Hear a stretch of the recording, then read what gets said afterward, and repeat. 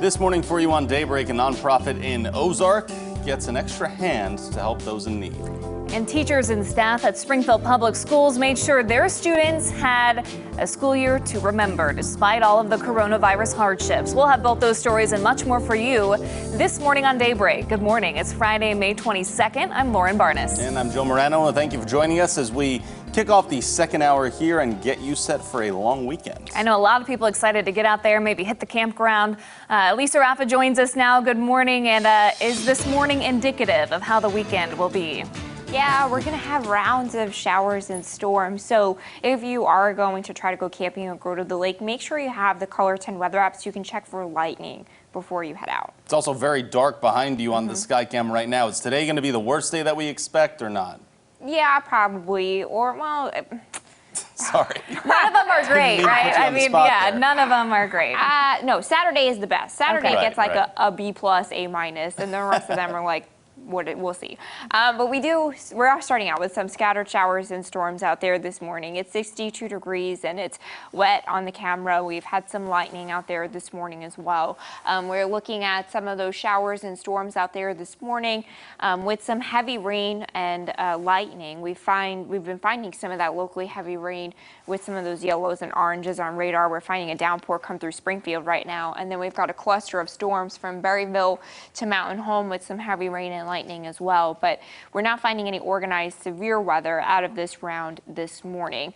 Temperatures are starting out in the 60s at 62 degrees in Springfield and 61 in Mountain Grove. We'll have some wet roads out there today with some rounds of showers and storms.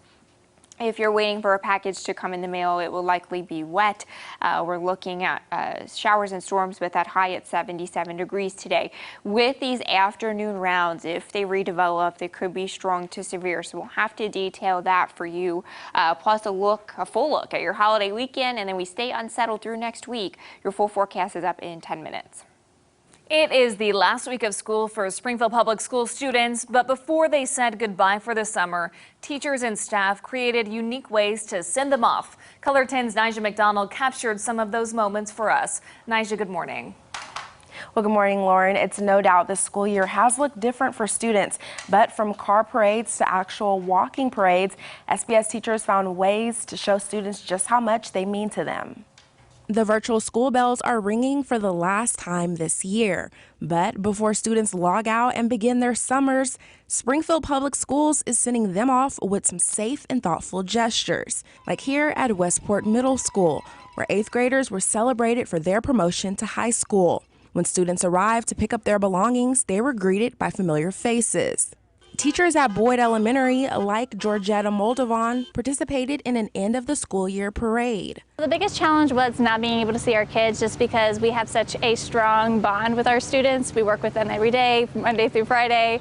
Moldovan says the staff was excited to see their students again. I'm really looking forward to seeing all the kids and seeing how everyone is. It's different seeing a child in person rather than seeing them online. Boyd Elementary Principal Dr. Angela Payne says it's important to continue the relationships they've built with their students. As you know, it's so untraditional. This parade is untraditional, but I think we are actually setting traditions right now and how we'll do things in the future. Payne says parades like this one are fun for the entire community. Our kids will be able to just see our cars, hear us as we yell out to them, yell their names saying goodbye, and hopefully they will yell, scream, jump up and clap and just be happy and enjoy the end of the school year.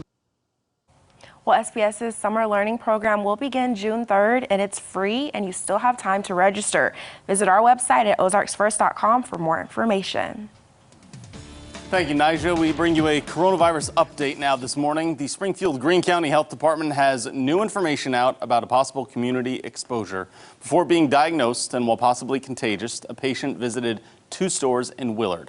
Last Friday, they were at the Dollar General on South Miller Road. The same day, that person went to Apple Market. Now, they were wearing a mask at both stores and not showing symptoms.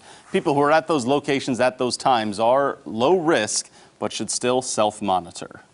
A nonprofit in Ozark is getting some extra help to give out food to those in need. The National Guard is assisting Least of These, packing food and taking it to people's cars during a drive-through food distribution. Least of these is giving out food once a week, and this style of distribution is in response to COVID-19.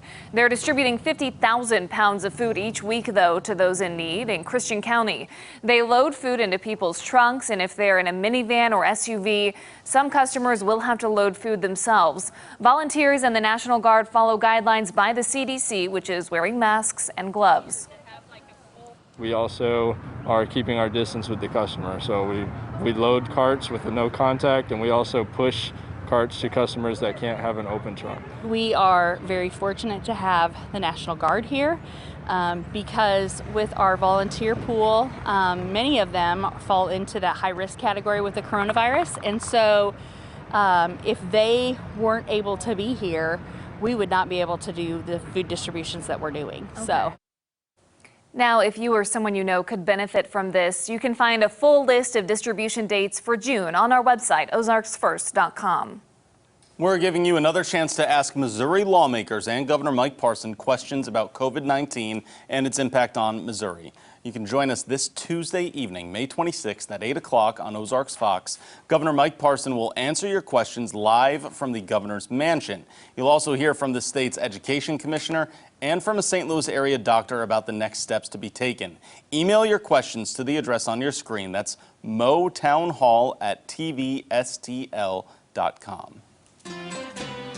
Keeping crime in focus, we have 3 separate cases to tell you about. 45-year-old William Jones from Fair Grove pleaded guilty in federal court to drug trafficking charges. He's accused of distributing over 20 pounds of meth across several counties in the Ozarks in 2017.